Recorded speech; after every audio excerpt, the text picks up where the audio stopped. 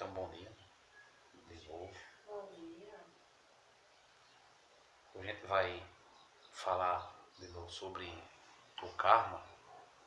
É o que a gente vai ver, né? Primeiro a gente vai falar um pouquinho da visão popular do karma, né? Ou seja, como é que a maioria das pessoas vê o karma. Depois a gente vai falar sobre a visão budista sobre o karma. Aí nós vamos falar também sobre quando produzimos karma. Quando e como produzimos karma. E também quando é que o karma aparece. E como purificar o karma. E além disso, como criar um bom karma. Né? O sutra budista que fala sobre o karma, um nomezinho bem complicado, é o Kula Kaman Mavi Banga Sutta. Kula Kaman Bhavi Banga Sutta, né? Que a tradução aproximada é a pequena análise da ação. É um texto relativamente curto que um estudante Brahman pergunta ao Buda por que há pessoas tão diferentes. Aí o Buda vai fazer uma análise que chega à conclusão com esse jovem que as pessoas são diferentes em função das suas o quê? Das suas atitudes. Elas estão no lugar do que estão por conta das suas atitudes. Então assim, todo mundo sabe que karma é uma palavra de origem sânscrita, né? Não é uma palavra do português. E que não tem uma palavra no português que seja capaz de abarcar todo o significado da palavra karma. Então a gente prefere usar a palavra em sânscrito, karma. E geralmente a palavra que a gente associa a karma não é a que dá o sentido completo, mas é a que ajuda a gente a entender, é a ação. Cuidado, karma não é o efeito. O karma é o quê? É a ação. O karma é a semente. Outra palavra que a gente ajuda a compreender o karma que a gente fala é causa e efeito, que aí tem a ver com a lei da física. Ou seja, eu tenho uma atitude, essa atitude tem uma reação. Eu tenho uma ação, dessa ação tem o quê? Uma reação. Mas sempre lembrando que a ideia de karma, a ideia original, karma significa ação e não efeito. Isso é o básico. Certo? E se você for parar para conversar com as pessoas a respeito de karma, o que é que elas vão dizer? Para umas, karma tem a ver com destino. Né? Não, karma é destino, karma é má sorte. Ó, isso aí é o seu karma, né? Assim que a gente diz. É uma força que brota do passado e é uma força incontrolável, eu não tenho o que fazer, eu sou refém do karma. Ou seja, você é o refém do karma e não tem o que fazer. Para outros, não há como escapar do karma e a outros ainda fala que tem que pagar o karma. Essa questão, a palavra pagar não é bem colocada. Porque na verdade não é pagar. Você criou, na sua ação, você está se colocando em um determinado lugar. Então, se eu tenho uma atitude, eu estou me colocando em um determinado lugar. Então, alguns dizem que são refém do seu karma. Isso porque talvez falte uma coisa, que é o que o Buda sempre falava, que é a questão de morar no presente. Que daqui a pouco a gente vai falar mais sobre isso. E ainda tem outras pessoas que rejeitam a ideia de karma. Karma é uma teoria muito insensível, é uma teoria usada para justificar as desigualdades. Karma é uma teoria usada para justificar o sofrimento. Essa é uma boa teoria sobre a teoria do karma. Então, ele é pobre. Ele é pobre por conta do karma. Então, não tem muito o que fazer com ele, porque ele é refém do seu quê? Do seu karma. Ou então, ela foi estuprada. Ela foi estuprada por conta do seu quê? Por conta do seu karma. Daí, para dizer que eles merecem ser pobres ou estuprados, ser rico ou não, é um passo. E também é uma forma que eu tenho de me desvincular de uma possível ajuda, de uma possível intervenção no mundo. Afinal de contas, as pessoas são apenas refém do seu karma.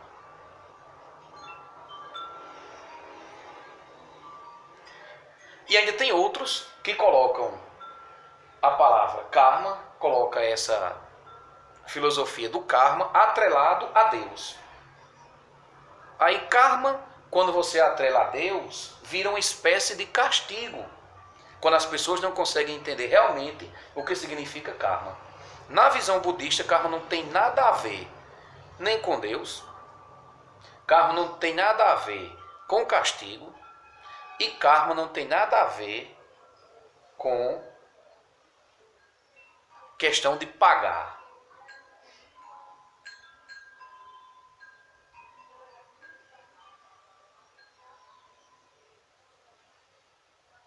Então, fui claro, né? Essa visão mais popular a respeito do karma. Isso é uma ideia tão enraizada na cultura da gente, que o que é que acontece? As pessoas se estranham nas relações de trabalho ou nas relações familiares. Aí o que é que elas dizem? Aí é o meu karma. Né? Assim, é o meu karma. Ah, ele é o meu karma. Ela é o meu karma. Quando, se você for parar para observar, na maioria das vezes, não é o que a gente chama de retribuição kármica. É, na maioria das vezes, uma falta de saber conviver com as pessoas que são diferentes. Aí, como eu não entendo meu mundo interno, não entendo o mundo interno do outro, como a gente estava ali ontem no curso falando, é mais fácil eu simplesmente pegar uma palavra e dizer, é karma e pronto, e vamos lá. Nós temos que pagar. Então, assim, se você for parar para pensar, na maioria das vezes, quando a gente fala que é um karma, não é karma necessariamente. Às vezes é falta de saber conviver. Não é uma retribuição kármica. Aí o que ocorre? Como eu não sei conviver com o diferente, e essa lei do karma é uma lei que você acreditando nela ou não, ela existe, eu vou fazer com que essa lei do karma, ela fique contra a minha pessoa. Então o que é que se diz? Se diz o seguinte, que um sábio, ele não coloca a lei do karma contra ele. Essa é boa. Um sábio não coloca a lei do karma contra ele.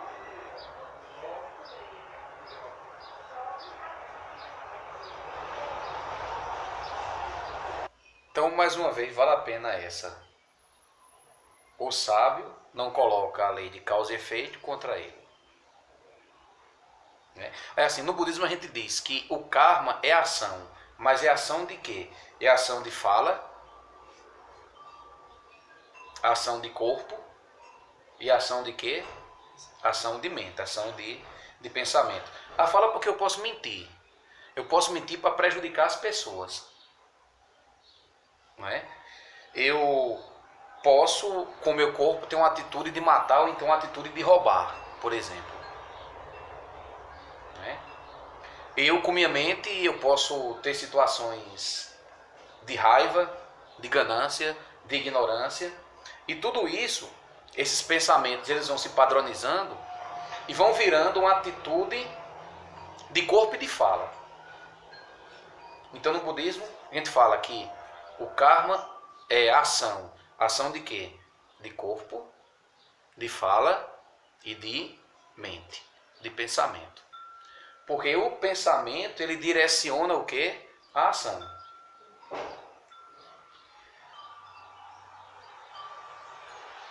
Aí o que ocorre? Isso é o bacana da história. É que entre a minha ação, entre a minha atitude e a materialização, às vezes tem a falta de lembrança. Ou seja, eu agi. Aí no corre-corre do dia a dia, eu esqueço, quando menos espero tá lá, toda uma situação que eu estou em volta dela. Tem um exemplo, que é o exemplo também que a gente usa da maçã. Eu vou num canto e planto uma semente de maçã. Quando as causas e condições forem propícias, vai brotar não uma maçã, mas vai brotar um pé de maçã. Um pé de maçã com vários galhos, cada galho com suas frutas, cada frutinha com as suas o quê? Sementes. Então, entre a ação e a materialização daquela atitude que você teve, dependendo do que seja, tem um tempo. Quando as causas e condições forem propícias, aquela atitude vai o quê? Vai emergir, vai brotar. Quando é por conta da morte, o esquecimento por conta da morte, é o que ocorre. Eu, cheio de tendências, cheio de apegos, eu vou procurar um ventre, eu vou procurar um local para renascer que facilite esse meu apego que se materializar. Eu vou procurar um lugar com pessoas, objetos e situações que permita essa minha estrutura mental se materializar.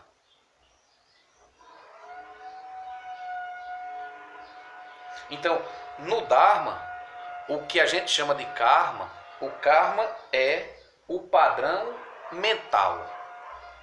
O karma é as tendências. Aquela coisa que a gente fez ontem no curso como é que eu penso? Qual é a minha visão de mundo? Porque a visão de mundo que a gente tem diz muito sobre o karma. Porque é incrível, você pode pegar duas pessoas na mesma situação e elas estarem vendo e vivendo completamente diferente. Por quê? Porque cada um tem uma visão de mundo. Porque cada um tem uma visão de mundo. E essa visão de mundo, ela é fruto de um processo de vivência que as pessoas tiveram, óbvio. Fruto do seu karma. Então, por isso que quando as pessoas começam a praticar o Dharma, uma das primeiras coisas que se diz é: nada é tão importante quanto o estado da sua mente. Quantas vezes a gente já falou isso aqui, né? O que é mais importante? O estado da sua mente. Outra coisa que é importante, a sua respiração. Estar consciente o tempo inteiro. Então, é importante você faça esse exercício. Como é que eu penso? Quem é que me ensinou a pensar? Eu penso com o olhar de quem? Eu vejo o mundo com o olhar da minha mãe, eu vejo o mundo com o olhar do meu pai, do tio, de uma tia, do irmão, da irmã, de um amigo. Eu vejo o mundo por qual lente? E essa lente é sua ou é do outro?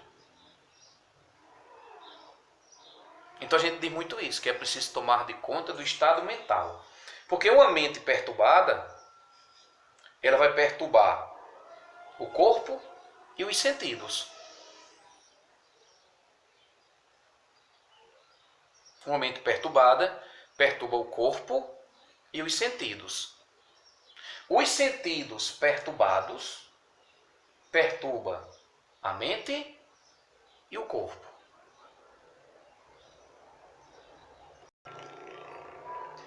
Então, assim, cabe o praticante, né, do Dharma, quem está conhecendo o budismo, por exemplo, tentar ao máximo morar no momento presente. Porque é justamente no momento presente que esse padrão kármico, esse padrão mental, esse padrão emocional, ele vai morar. Ele vai se manifestar. Então, por isso que no Zen, a gente pega o Zafu, senta e faz a Zen. Que é para poder a mente observar a mente. Para poder identificar quais são os padrões kármicos que a gente tem e modificá-los. E quando esse influxo kármico você perceber que ele está chegando, O importante é que você não haja. Porque senão é como o Bodhidharma dizia, se você agir, você cai no rio de nascimento e morte. Então, quando o influxo kármico chega, você deve deixar ele morrer de fome e não alimentar. Porque quando ele chegar e você for alimentar, você for agir conforme ele manda, você não vai conseguir o quê? A superação dessas suas tendências. Então a gente observa o padrão, percebe e corta. Agora sim, parece fácil, não é besteira, eu já entendi. Eu vou agora observar e vou cortar. Só que é preciso meditar. Porque quando você realiza a meditação, quando você pratica o Zazen, por exemplo, você consegue chegar num estágio onde o pensamento observa o pensamento.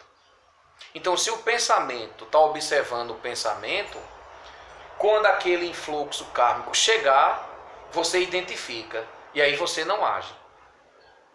Isso é muito difícil, porque esses padrões eles estão cristalizados. Esses padrões eles estão naturalizados. Então, quando a realidade está acontecendo, é tudo muito natural para mim. É natural dizer que é assim, dizer que tem que acontecer assim, ou é natural dizer que não é assim. Porque meu mundo interno já está tudo o quê? Cristalizado. É aquela história que a gente às vezes fala, né? Você pode se casar 10 vezes com pessoas diferentes, mas com o mesmo tipo de personalidade. Porque para você virou o quê? É algo natural que seja assim. Você vai procurar esse padrão, manifestar esse padrão. Então a gente não percebe essas coisas facilmente. Por isso que a gente insiste. Medite, faça 5 minutos, faça 10 minutos, faça 15, faça 20, faça 25, faça 30, 40, 50, mas é preciso meditar. Porque no budismo a realização ela não vem de uma força metafísica. A realização vem enquanto você caminha. A realização não está no fim do caminho, a realização está no caminhar. E outra coisa que é importante assim deixar claro é que no budismo não existe essa ideia de que o karma é apenas entre pessoas. Né? Ou seja, o karma se manifesta nas pessoas. Não. Isso acontece. Ou seja, existe um encontro de duas pessoas porque nós criamos causas e condições para isso acontecer. Sendo causas e condições positivas ou negativas. Isso é uma coisa óbvia. Ou seja, eu fiz por onde nós nos encontrarmos, por um bom motivo ou não. Isso existe. Mas não é só isso. Existe também o que a gente chama de karma situacional. Esse é fantástico. Karma situacional. Ou seja, qual é a minha situação? Qual é a minha condição? Você sabe dizer qual é a sua condição?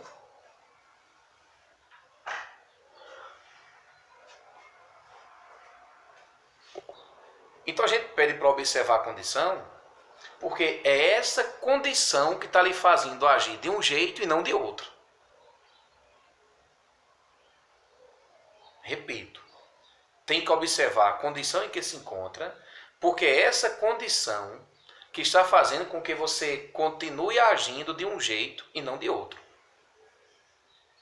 Então o praticante ele deve observar rapidamente qual a condição que ele se encontra. Qual a condição que ele está preso. Repito, essa prisão ela só existe se a gente não estiver morando no momento presente. Outra coisa, né, que é importante a gente deixar claro é que na visão budista original, o karma não é considerado algo linear. Isso é interessante para você saber. Ou seja, a minha segunda vida, ela não é consequência necessariamente da primeira. A terceira vida não é consequência da segunda. A quarta vida não é só consequência da terceira. Aí alguém pergunta, e é consequência de quê? É consequência tanto da passada, das passadas, quanto das atitudes que eu tenho aqui e agora. Porque assim, em algumas tradições, o karma ele é apresentado como sendo o praticante ele fica refém. O passado é mais pesado do que o presente. Enquanto que no budismo a gente diz que o passado e o presente têm a mesma força. Porque é no presente que essas tendências elas vão o quê? Se manifestar. Então no budismo a gente diz que o passado e o presente têm a mesma força. Se eu souber utilizar o presente, ele passa a ter mais força do que o passado. Então, o Dharma de Buda ele não coloca o karma como sendo o sujeito está preso a ele. Lógico, o sujeito está preso, mas se ele souber conviver com o momento presente, ele consegue superar essas suas o quê? Essas suas tendências. Lógico que é muito difícil. É muito mais fácil você estar o quê? Atado ao karma, ser apenas um refém dele. Então essa história de dizer que você é sempre refém do karma, eu estou pagando uma coisa lá da vida passada. Aí quando você voltar, eu estou pagando uma coisa da vida passada e você não faz mais nada não, é? Você não tem atitude mais não? Você é marionete de Deus e do passado? Nós não somos fantoches, nem de Deus, nem do passado.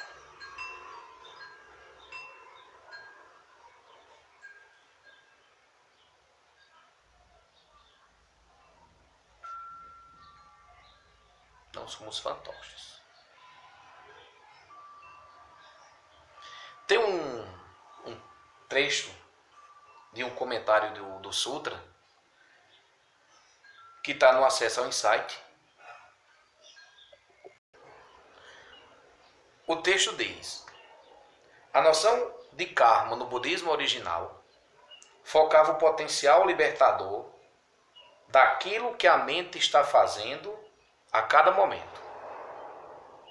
Quem você é, de onde você veio, não se compara em termos de importância àquilo que a mente está fazendo a cada momento.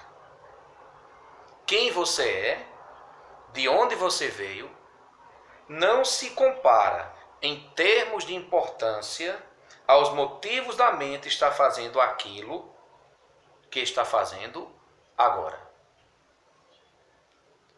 E continua.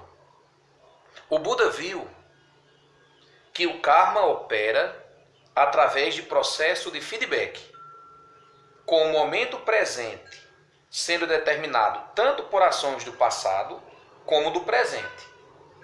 As ações do presente influenciam não somente o futuro, mas também o presente. Em certas ocasiões, a torrente que flui do passado é tão forte que pouco pode ser feito, exceto manter-se firme no lugar. Porém, existem também ocasiões em que a torrente é suficientemente fraca e pode ser desviada quase que para qualquer direção. É aquela história que a gente estava falando antes, de como é importante morar no presente. Porque quando aquele influxo chegar, você decide o que fazer. Tem como desviar, tem como não cair nessa força. Tem um vídeo da monja que ele fala que o karma dos meus ancestrais influenciam no meu, o meu karma influencia no deles. É um vídeo que não tem mais do que 3 minutos. Se você colocar Monja Coen karma, vai aparecer. Esse vídeo é belíssimo. Onde ela vem mostrando que, por exemplo, minha filha, ela nasce. Então ela vai se encontrar com o meu karma. Eu vou me encontrar com o karma dela. Então, pessoal, não faz muito sentido essa história dizer vocês que têm o karma, vocês que se resolvam. Não. É o karma da sociedade como um todo. Porque como diz muito bem a monja Coen, não existe nada separado. Está tudo o quê? Interligado. Então, não é o karma da sociedade, é o nosso karma.